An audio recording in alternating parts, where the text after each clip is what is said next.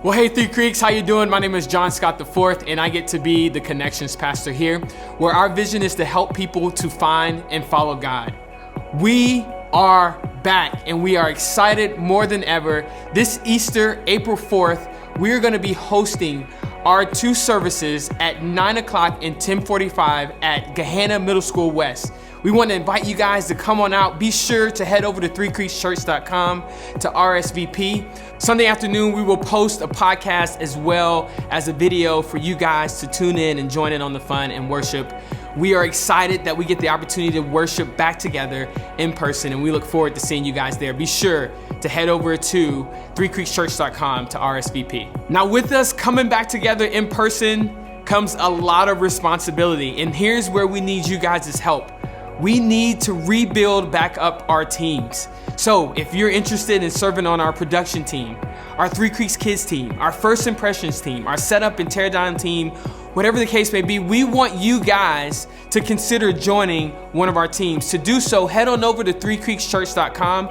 You will see on our main page a block that you could click on to where you can sign up to join one of our teams. We pray that you would prayerfully consider it, and we hope to see you serving your local church and seeing what God does in your life through that. One of the great things I love about our church is that we love to serve.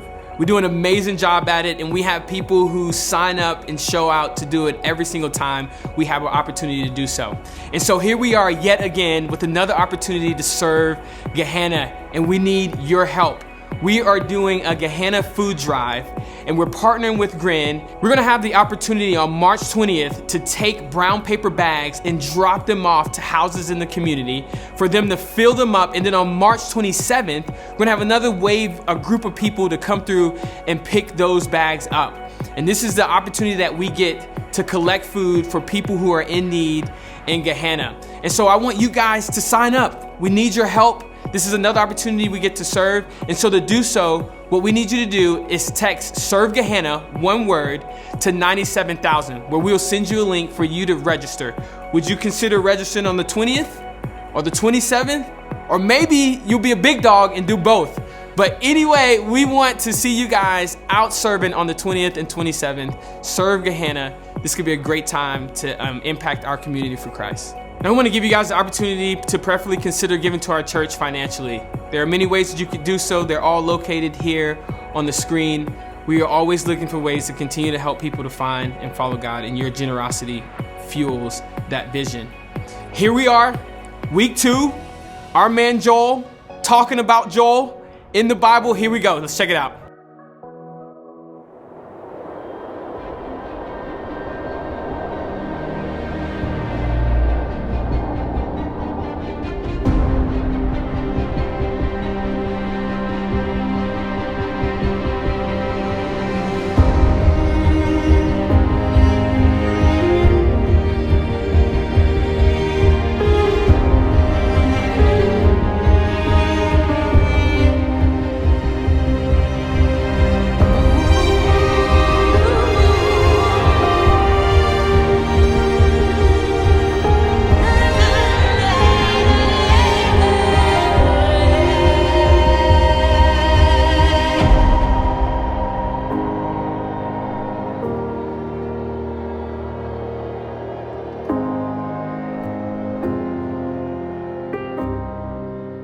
Well, hey, Three Creeks Church, my name is Joel Trainer, and welcome back to Three Creeks Church Online. We're in week 2 of a brand new series that we have titled Minor Prophets Season 1, and today I'm going to be going through the book of Joel. Joel was a minor prophet. As I mentioned last week in our first week of the series, the only reason why these people are called minor prophets is just because they wrote less. This is the most obscure, least read, most difficult part of your Bible to understand. High likelihood that if you've ever tried to read the book of Joel, you thought, what is this guy talking about? And you skipped forward to the book of Matthew or Mark and found something that was a little bit more easily understood. These minor prophets, there's 12 of them. In this series, we're going through the first 4, Hosea, Joel, Amos, and Obadiah. These guys are not less significant. They're not less important. That's not why they're called minor. They're called minor because they wrote less. They didn't talk as much. Some of you wish that I was a little bit more minor at times, not so long-winded. But these guys, they just got right to the point. The book of Joel is only 3 chapters long, 73 verses. The major prophets, Isaiah, Jeremiah, Ezekiel, they wrote 40 or 50 chapters, but Joel's only 3. It's pretty short. It's still too much for me to go into detail in one message, which is one of the great things about this series is we have these dive deeper questions on the back of your community group guide. So if you want to know more about the book of Joel, there's parts of the book of Joel that I'm really not even going to talk about today, significant parts. And if you would just take 10 or 15 minutes every day this week and answer those questions, you're going to know even more about this minor prophet named Joel. Let's turn there now. I might need to give you an extra minute because, like I said, these are the pages of the Bible that you just probably haven't gone to very much. They're the crispy white pages. Don't have a whole lot of markings on them. But let's go there now. Go to the book of Joel, and here's what I want you to do. As a group, I want you to pause this video, and I want you to read the whole thing. I did it this week. It took me 7 minutes.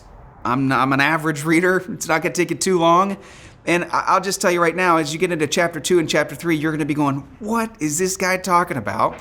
But as soon as we're done, come back to me and I'll explain the book of Joel in a little bit more detail. So pause this video, the book of Joel, take it away.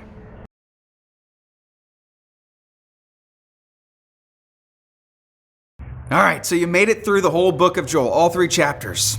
There's a lot of attacking. There's a lot of locusts. There's a lot of wine. Somebody loved that.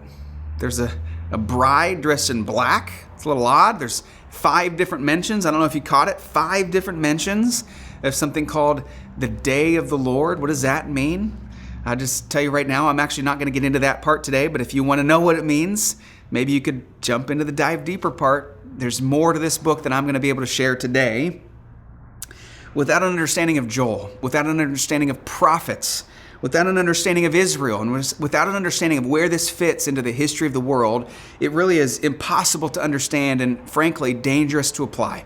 So let me just set the groundwork. Let me show you who this guy was and who he wrote to and why he did it so you can understand more about what Joel was writing. Prophets were people who spoke for God. So when God had something to say, he would use prophets to say it. Joel was one of the earliest prophets that ever wrote. In fact, in my opinion, the only one who wrote before him was Obadiah. We're going to do him in week 4, in 2 weeks from now. We're going to talk about Obadiah too, but that proves the point that the Old Testament is not all written in chronological order. It's not just a history book, one chapter after another. The Old Testament is organized into different themes, and we're in this minor prophet theme towards the back of the Old Testament. But Joel was really written, to the best of my knowledge, right after Solomon was the king, but before the exile, before Babylon took them into exile. And Joel was written to the southern kingdom. The book of Joel is a warning, and the book of Joel is an invitation. Let me explain what I mean. Joel starts out in chapter 1 trying to get their attention. Look what he writes in verse 2. In all your history, has anything like this happened before? He writes right away. He's trying to get their attention. Has anything like this ever happened before? And in verse 4, he describes what they've just gone through. He writes, after the cutting locusts finished eating the crops, the swarming locusts took what was left. And after them came the hopping locusts, and then the stripping locusts too. Joel is describing a locust plague that Israel had just endured. This kind of thing did not happen all the time. It was a once-in-a-lifetime experience, and it was an absolute tragedy. I'm sure that the people want to forget about it, but Joel wants them to remember it, to the point where he even says in verse 5, tell your children about it in the years to come. Let your children tell their children. Pass the story down from generation to generation. Joel does not want this locust plague to be forgotten or lost in their memories. If they'd had cameras, Joel would have been saying, take pictures, take videos, do not forget it. Put this in the scrapbook. This was sent for a reason. I remember hearing a story about Dwight D. Eisenhower in the years following World War II. He toured some of the concentration camps in the country of Germany and in Poland. And as he walked around, this is what he said. He said, get it all on record now. Get the films, get the witnesses, because somewhere down the road of history, some bastard will get up and say that this never happened. Excuse my French if you're offended, but you get the point. He wanted it to be remembered. And so does Joel. Joel wants them to remember this plague. Now, we don't know the extent of this locust plague 2,800 years ago. We don't know exactly what it was like, but something very similar happened in March of 1915, just over 100 years ago in Palestine. Locusts came in. It's described that there were so many locusts that were in the sky that it was so thick it blocked the sun.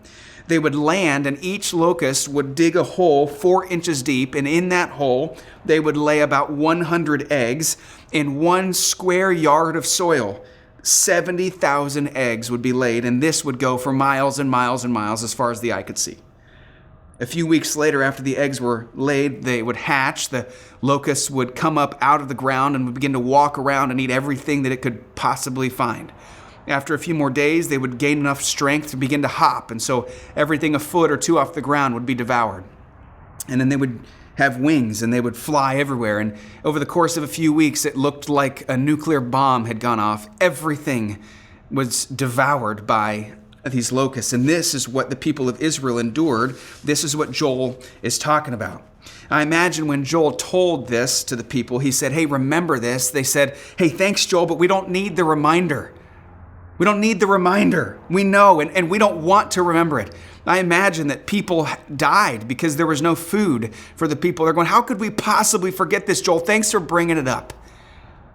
How could we forget this, Joel? You know, Joel, being a great prophet, being a great guy, I'm sure, being a voice for God, you would think that he would say something encouraging at this point, like, hang in there, guys. Don't worry. It gets better. We're almost to the end of this thing. But instead, Joel says, if you think that was bad, worse is to come if you don't turn from sin. This is just a glimpse of what your life will be like if you do not turn back to God. In the rest of chapter 1, Joel essentially writes, wake up. Wake up. This is not a random natural disaster. This is a taste of what could be ahead for you. God sent this to you as a warning to wake you up. As I say that, I'm just asking you, does that catch you off guard? That God would send a locust plague? Does it prompt you to have questions like, wait a minute. God sent the locust plague? God inflicted the pain? God sent the natural disaster? I thought God was supposed to be good, working out for the good of those who love him. Where does this fit into my picture of God, that he would send something that would kill people like this? And then maybe a question you have is, does God still do that?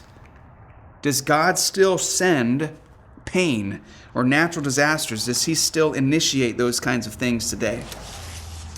Well, let me answer that question by just saying this. God doesn't destroy, sin destroys. When you understand that, you start to see the earthly consequences of God's judgment as expressions of God's mercy. You see, what God does in our lives is he lets us see where sin has taken us before it's too late. Any experience of the painful consequences of our sin before it's too late is God in mercy and in love trying to wake us up. Here's the big idea for today. God does not try to pay us back for our sin. God tries to bring us back from our sin. A few years ago, maybe some of you guys remember this happening, but there was a website called Ashley Madison. It was a website for married people to create a profile and begin having affairs with other people.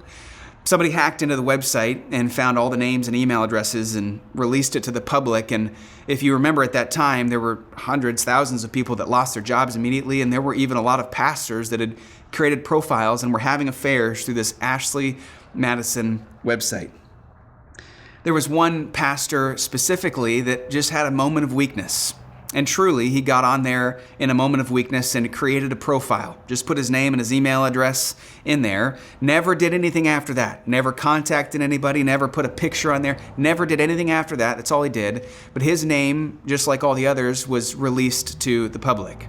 Now, I'm not defending this person. I'm not saying what he did was right. But what happened to him afterwards seemed to him like an extreme consequence. He lost everything. He was immediately fired from his job. He lost his ministry. He lost his influence. He lost everything. And for 6 months, he just was so bitter towards God. God, how could you let this happen? I didn't even do anything that bad. I didn't even follow through. It just was one small, tiny moment of weakness. I didn't even remember that I did it. This was his attitude towards it. But over the course of 6 months, his heart changed. He realized that the steep consequences of his minor slip was not God's wrath and punishment, but it was actually an expression of God's mercy. And this pastor is quoted as saying this: "Losing my ministry was bad, but it kept me from losing things much worse, my family and my soul." You see, in this moment, God was not trying to pay him back for his sins. God was trying to bring him back from his sins. You see, at times we experience difficulty or trials or roadblocks in our lives, and we want to ask questions about the goodness of God. Where is God, and why in the world could he let this happen to me? You're trying to save money, but things keep breaking down. You try to be better in your marriage, but new issues of conflict come up. You try to find a house, you try to buy a house, and you get outbid, or your realtor screws it up. You try new strategies to get happier, but it only feels like a skin-deep happiness, and it doesn't last for very long. You see, God knows that only he can truly satisfy you and give you peace. So at times, God can frustrate our strategies that we think will satisfy us. You see, if we think money or a better marriage or a bigger house or a better spouse or being happy because we look better, if we think that that will finally satisfy us, what's going to happen when we get it and it doesn't? What's going to happen? Where are we going to turn whenever we get what we think that we want and it doesn't satisfy us or give us peace? We'll just turn to the next thing. And God doesn't want that for us. He wants to show himself as the ultimate source of satisfaction and peace. You see, God can frustrate our horizontal strategies to improve our lives because he knows that the problem is not horizontal, it's vertical. And God frustrates our horizontal fixes, not because he's mean, but because he is kind. We sometimes view it like God is, punishing us or casting judgment on us. God is not punishing us. He's taking us to places where we realize the only thing in life that can fulfill us is a true relationship with God. And so God at times will initiate frustration and pain. He will send locusts into your life to wake you up before it's too late to turn to him. And this is not God's wrath on you. This is his mercy in your life. This whole idea begs the question, is there something in your life that you're asking God to take away? Or is there something in your life that you're asking God to fix? Or you're asking God to give you and he won't give it to you? Should you realize instead that God is sending you a warning through this?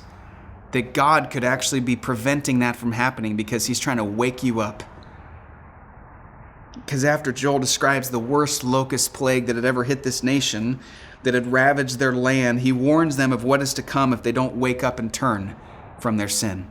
In chapter 2, he goes, it will be worse. It will be much worse. Not only in this life, not only earthly, but eternal separation from God will happen if you do not turn from sin. But then, after this warning from Joel, true to character, God gives them an invitation.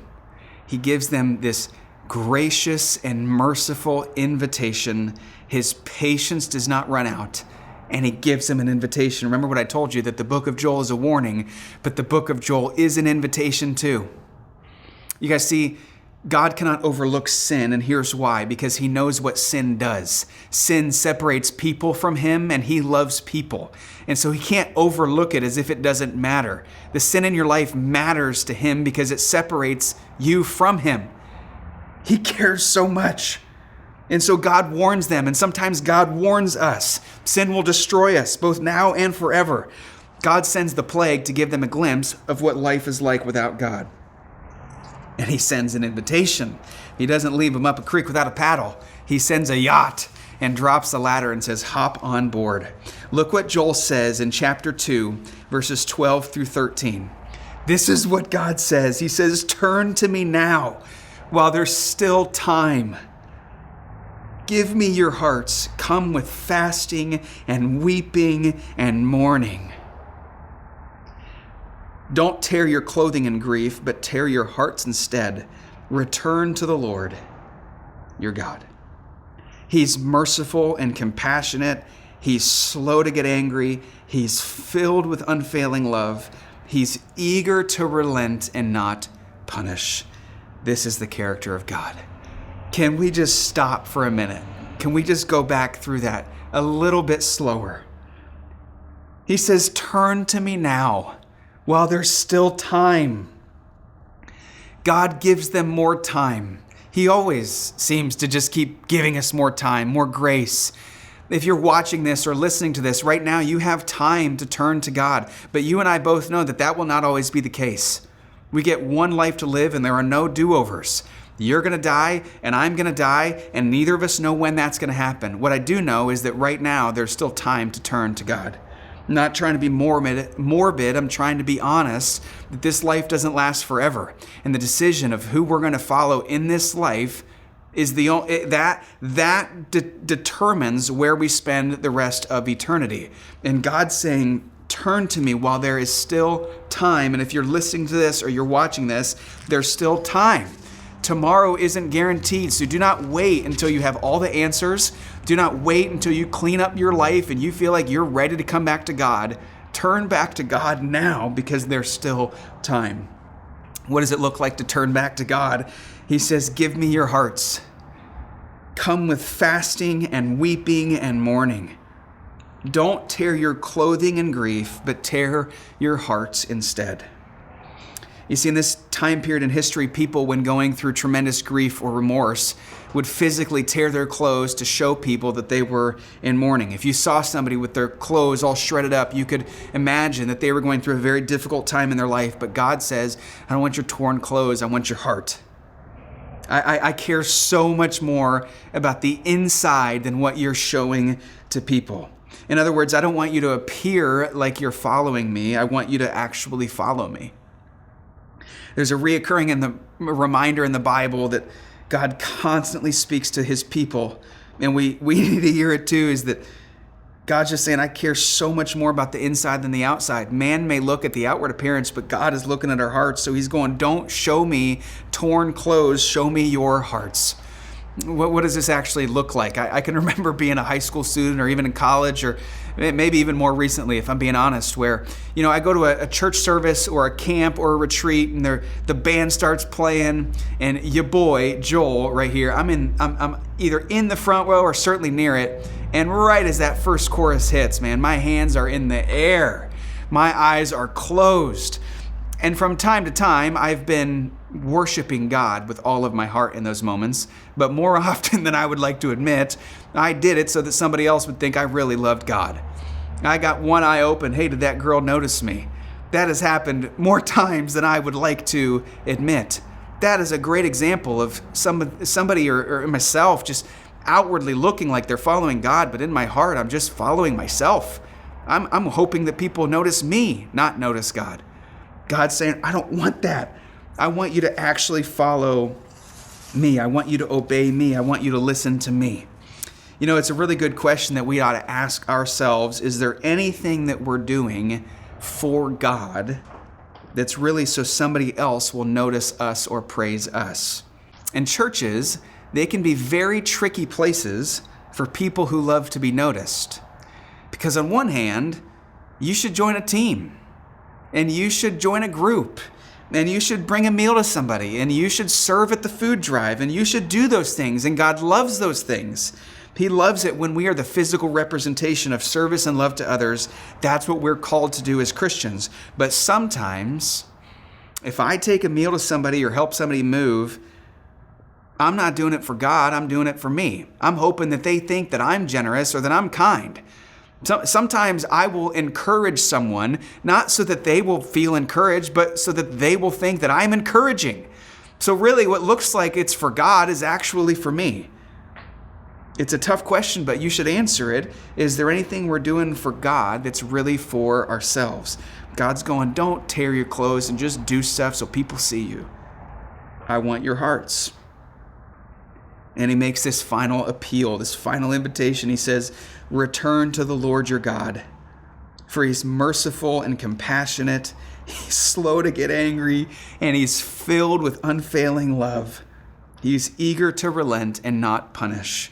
That's different than the God that has been presented to me sometimes in my life. Isn't it though?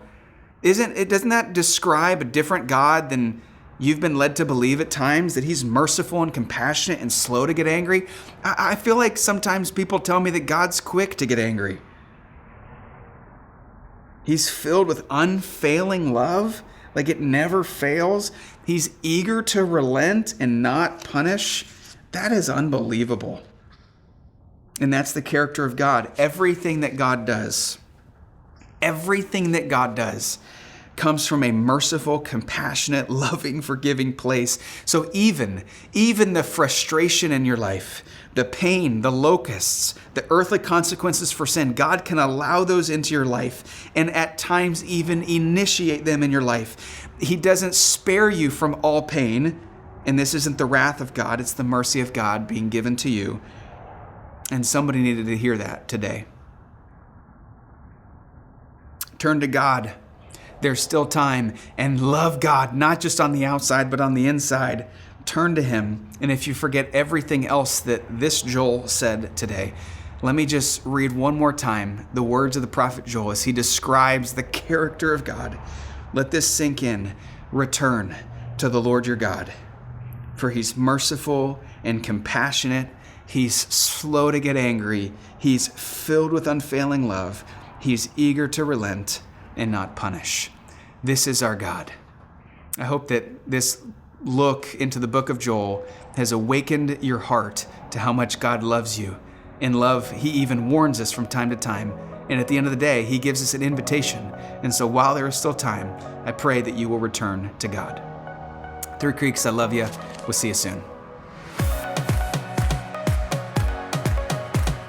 Well, hey guys, we want to thank you for tuning in with us today. If you're in a group, have fun. I pray that your discussion is very life-giving and rich for you. If you're not in a group, we want you to be in community. To join a group, you can head over to threecreekschurch.com and click on our community groups tab that will have all the details for you to get you connected to a community group. Three Creeks, we love you and hope to see you soon.